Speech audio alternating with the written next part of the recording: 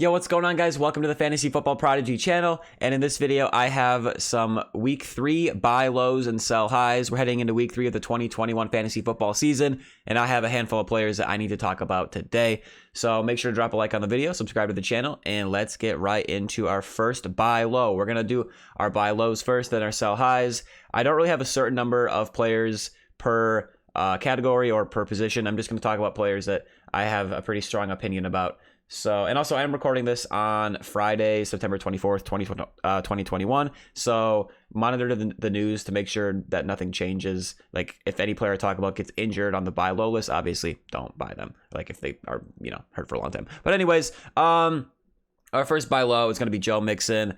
This is really just a player who is seeing a lot of volume, and he's a very skilled player, very talented. But in week 2, he didn't have the greatest week for fantasy. In week 1, he had 29 carries for 127 yards and a touchdown, 4 targets, caught all of them for 23 yards. He played 78% of snaps in week 1. Week 2, that even went up. He played 84% of snaps. He saw a really good workload, 20 carries against Chicago. That only amounted to 69 yards. He got a couple targets, caught one of them for 2 yards. So this is just a case where I think he just had a down game. He didn't have a crazy elite game for fantasy. So if someone in your league is impatient and they're just not paying attention to the volume he's getting after week 2, and you can get him on the cheap, I would definitely recommend doing that. Joe Mixon played the Minnesota Vikings in week 1, played the Chicago Bears in week 2. He gets a tough matchup in week 3 against the Pittsburgh Steelers. So if after week 3 he has another kind of mediocre pedestrian type of game, that could be another buy low opportunity for Mixon. And then after that, after the Steelers matchup, he gets Jacksonville, the Green Bay Packers, then the Detroit Lions. So he has a nice little 3-game stretch there where that doesn't scare me too much. So yeah, I think this is a guy you should buy low on. We have another buy low candidate at the running back position, and that's going to be David Montgomery of the Chicago Bears. It's pretty much the same case as Joe Mixon. David Montgomery is a talented player who's seeing a lot of volume on his team.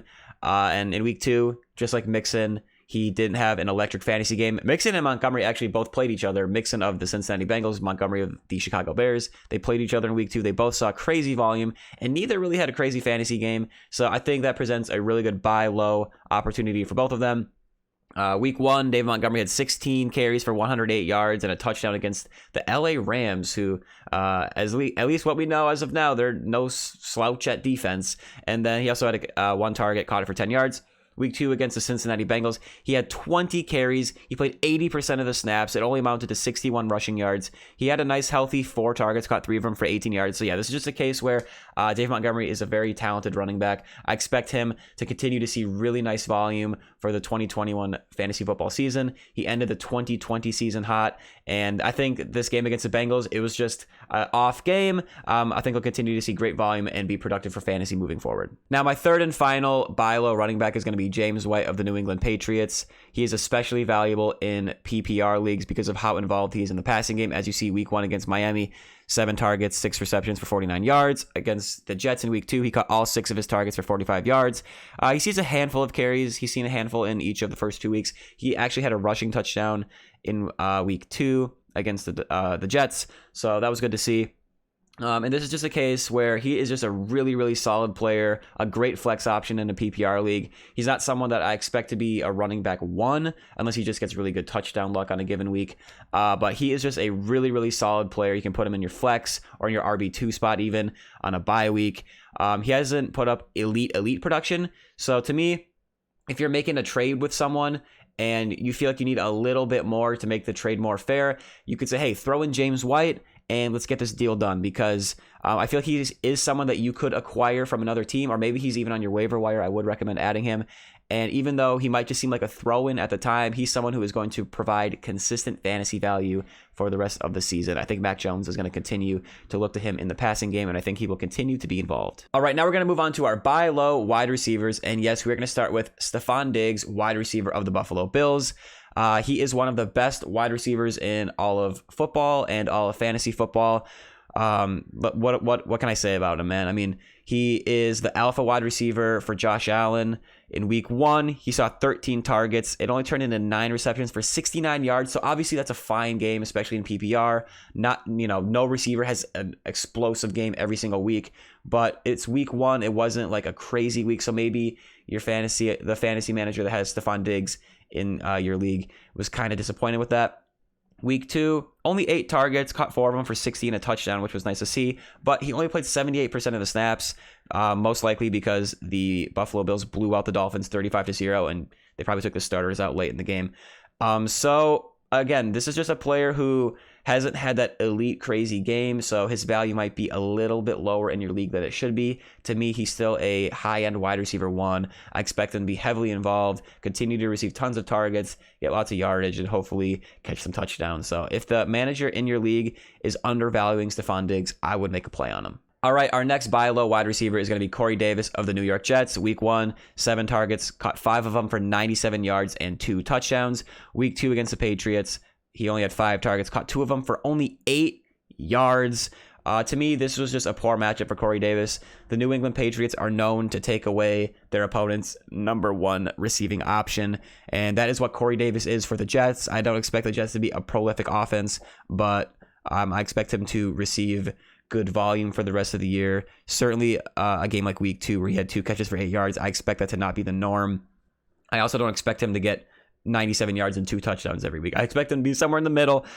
Week 3, he has a matchup against Denver, and then weeks 4 and 5, it looks like he's playing the Tennessee Titans and Atlanta Falcons. That's a pretty juicy schedule right there. Our third and final buy low wide receiver is going to be Allen Robinson of the Chicago Bears. Through 2 weeks, it has not been really pretty for Robinson. He had 11 targets in week 1, caught 6 of them, but for only 35 yards. Week 2, only 4 targets, caught 2 of them for 24 yards and a touchdown. I believe I heard he also dropped a touchdown in that game as well. But Allen Robinson, historically, he's been the type of player, at least in Chicago, where he usually finishes as a low-end wide receiver 1. He doesn't have that elite upside because the offense is kind of capped because the Bears haven't had that elite quarterback for a while, or really ever. But he is a really, really solid low-end wide receiver 1. If he has a down year this year, I still think he'll finish as a really high wide receiver 2, mid wide receiver 2. So the fantasy manager in your league that has Allen Robinson might be a little worried about him. If I could get him on the cheap, I would definitely recommend trying to do that. Now we're going to move on to our buy low tight ends. And first up is George Kittle of the San Francisco 49ers. Heading into the season, he was usually drafted as the number 2 or number 3 tight end off the board. It usually went Kelsey, then Waller and Kittle, and then some other guys after that. But through 2 weeks, he really hasn't done much. 5 targets, 4 receptions for 78 yards in week 1, which is good for a tight end, but you kind of wanted to see a little bit more in a great matchup with Detroit. Week 2, it wasn't pretty. He only had 4 targets, caught all of them for 17 yards. He played 100% of the snaps in week 2, 95 in week 1. George Kittle, look, it has a lot to do with the tight end position, where tight end is a weaker position. So if you can even get 78 yards on a week, you're doing really good. To me, George Kittle is just having a slow start to the season. We've seen in the past that he has the ability to put up really big games, and he just hasn't had that yet. So far, it's been the Deebo Samuel show in San Francisco. I don't expect Deebo Samuel to be the main option every single week for the rest of the season. I think George Kittle will start to be more involved throughout the rest of the season.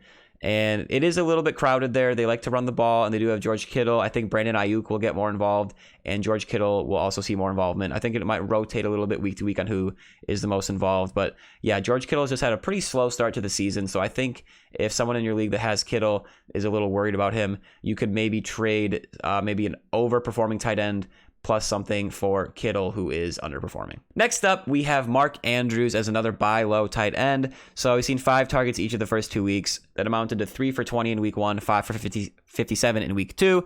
He's seen about 75% of the offensive snaps. And again, tight end is a weak position. I don't expect Mark Andrews to go out there and put up elite numbers every week moving forward, but he's shown in the past he has the ability to have really big games. I think he will be more productive moving forward. And since tight end is a weaker position, even if you can get 5 for 57 on a given week, you're doing pretty good. But again, I expect him to have better weeks moving forward. He won't be the most consistent player just because the Ravens like to run the ball a little bit. It looks like Lamar Jackson is targeting his wide receivers a little bit more, maybe to start the season. So we'll see how that progresses. But yeah, I think Mark Andrews will have plenty of good games moving forward. I actually made a trade for Mark Andrews in one of my leagues. I made a video about it that I posted recently. But I traded Courtland Sutton and Austin Hooper, and in return, I received Mark Andrews. I really desperately needed a tight end, and I feel really confident with Mark Andrews as my tight end. To me, he's a mid-range tight end one. He was drafted after Kelsey, Waller, Kittle. He was drafted around TJ Hawkinson. To me right now, I'd take Hawkinson over Mark Andrews, but I think Mark Andrews is a little undervalued right now because he really hasn't put up those elite numbers yet.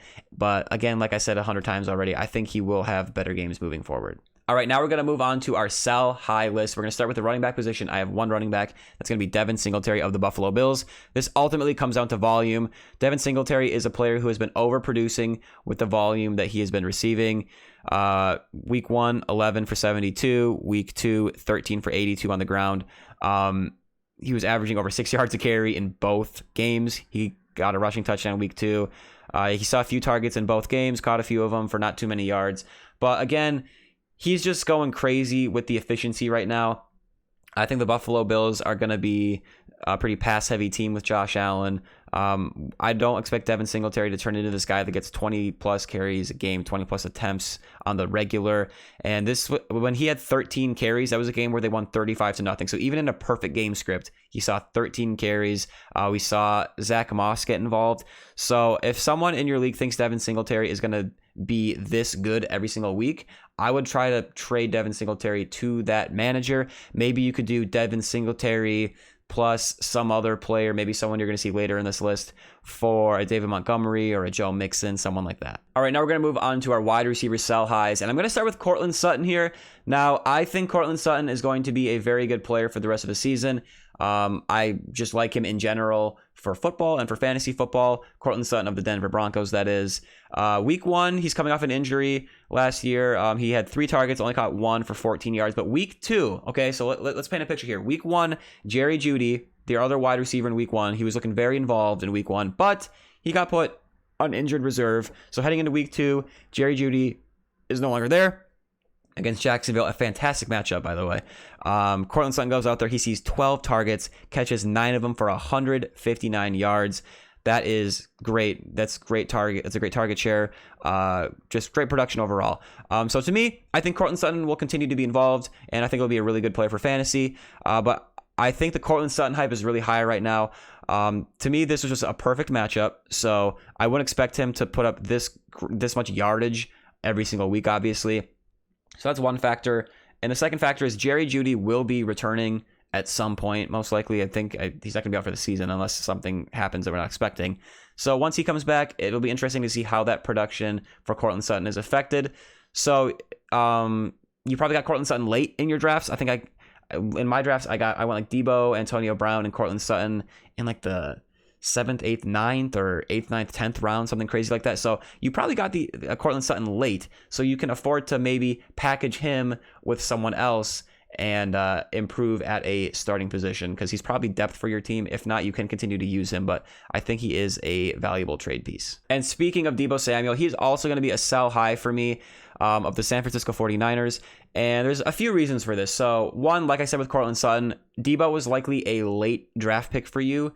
So since he was a late pick, he's probably a depth piece on your bench. Obviously, he's certainly worth starting. I'm not saying you can't start him. And just like Courtland Sutton, I think Deebo Samuel can be productive for the rest of the season if he stays healthy, that is. He has injury problems. We'll get into that in a second. But kind of like Deebo Samuel, I think, or kind of like Courtland Sutton, I think Deebo Samuel is someone you can package with another player and trade them for a really big name starting, maybe league-winning type of player. Deebo Samuel has been productive through 2 weeks. He had 12 targets in week 1 against Detroit, caught 9 of them for 189 yards and a touchdown. Week 2 against the Philadelphia Eagles, another healthy target share, 8 targets, 6 receptions for 93 yards. What can I say? I mean, he's been good. He's been a really, really good player. But there's a few factors that kind of worry me about his long-term production. So one, I would say he's overproducing for his fantasy value and for his real-life value. He's just had a great start to the season. Let's be honest. He's one of the best receivers in all fantasy right now. 2, he has an extensive injury history going all the way back to college, maybe even before that. I don't know. But I don't normally like to factor injury into a player because every player gets injured from time to time. But Deebo, his injury history is extensive enough where I would be worried, where I don't want to get caught holding the bag, where if and when he gets injured, obviously I don't want him to get injured, but if he does get injured, I don't want to have him on my team and get nothing for it. Whereas if you can trade him right now for value and get someone in return that is a little less injury prone, then even if Deebo Samuel continues to be good, you still got a player back in return that is valuable for your team. But if Deebo Samuel gets hurt, then you're not caught holding that bag when he gets hurt and you have a different player in his place. And then another factor, this will be the third factor, I think I lost track. But I don't expect Deebo Samuel to be the undisputed #1 target every single week like he has been for the first 2 weeks. I think George Kittle, like I mentioned earlier, when I talked about buying him low in fantasy, I think George Kittle will start to have better games, be a little bit more heavily targeted. And Brandon Ayuk has not been involved at all. Apparently he's dealing with an injury. So I think once he gets healthy, I think Ayuk later in the season, as the season progresses, will become involved again like we saw in the 2020 season. And I think both can be productive for fantasy, but I don't think we will continue to see this type of elite production every week from Deebo Samuel once those other players are involved. So now we're going to move on to our tight end sell of the week, and this is going to be the last player on the list at all.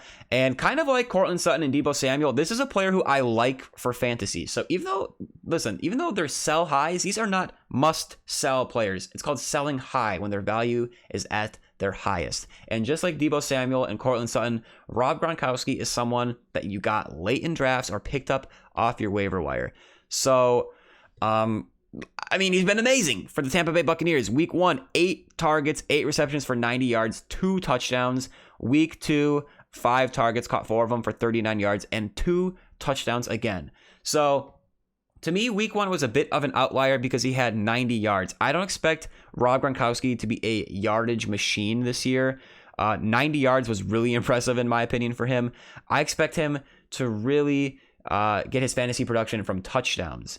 Now, I think Rob Gronkowski will continue to score some touchdowns this year. I think him and Tom Brady, they're just locked in together. He gets open. Brady gets him the ball in the end zone. It is what it is. This is an explosive offense. They will score a lot. I think Gronk will continue to have touchdowns, and he'll be a really good tight end for your team. Obviously, I don't expect him to get 2 touchdowns every week, but you know what I'm saying, right? I think he'll continue to get in the end zone. But this is just a case where I think he's overperforming a little bit. If you can trade him for maybe an underperforming tight end, like maybe like a George Kittle, you can do a Rob Gronkowski plus something for George Kittle. I would probably do that just because Gronk is a little bit touchdown dependent in my opinion, especially because the Tampa Bay Buccaneers offense, they have a lot of weapons there with Mike Evans, Antonio Brown, Chris Godwin. They can't all get in the end zone every single week. So I think Gronk will have good games. To me, he's a tight end 1 for the rest of the year. A little bit touchdown dependent, but again, the tight end position is a little weak. So even if you're getting 1 touchdown every few weeks, that's good. That's solid. So I wouldn't trade him just for a bag of chips. But if someone in your league is thinking this is the Rob Gronkowski in his prime where he's putting up like 1,000 yards and all these touchdowns, I would capitalize on that and sell him right now while his value is probably at the highest that it'll be for the rest of the season. And that's going to do it for my list of buy lows and sell highs. Remember, just because someone is a buy low does not mean to sell the whole farm for them. Some of them do have risk. Although Mixon and David Montgomery, I feel like unless there's injury, there's really no way that they're just going to flat out be unproductive for fantasy based on the volume they're receiving. But you get what I'm saying, right? And then for the sell highs, especially with Deebo, Courtland Sutton, and Gronk, these are not players that I think you have to sell. To me, Devin Singletary is someone that I would try to ship off if I could. I'm actually starting him in a league this week, unfortunately, and I'm a little worried about it because of that volume. He's not seeing a ton of it, but hopefully he continues to be efficient for 1 more week. But with guys like Gronk, Deebo, and Courtland Sutton, these aren't guys that I feel like you need to sell. It's only if you can strike a good deal where you feel like you're getting a lot of value in return. That's going to do it for this video, guys. I hope it was helpful. Thanks for watching. I really appreciate it. Make sure to drop a like, subscribe to the channel, and I'll see you guys later. Peace out.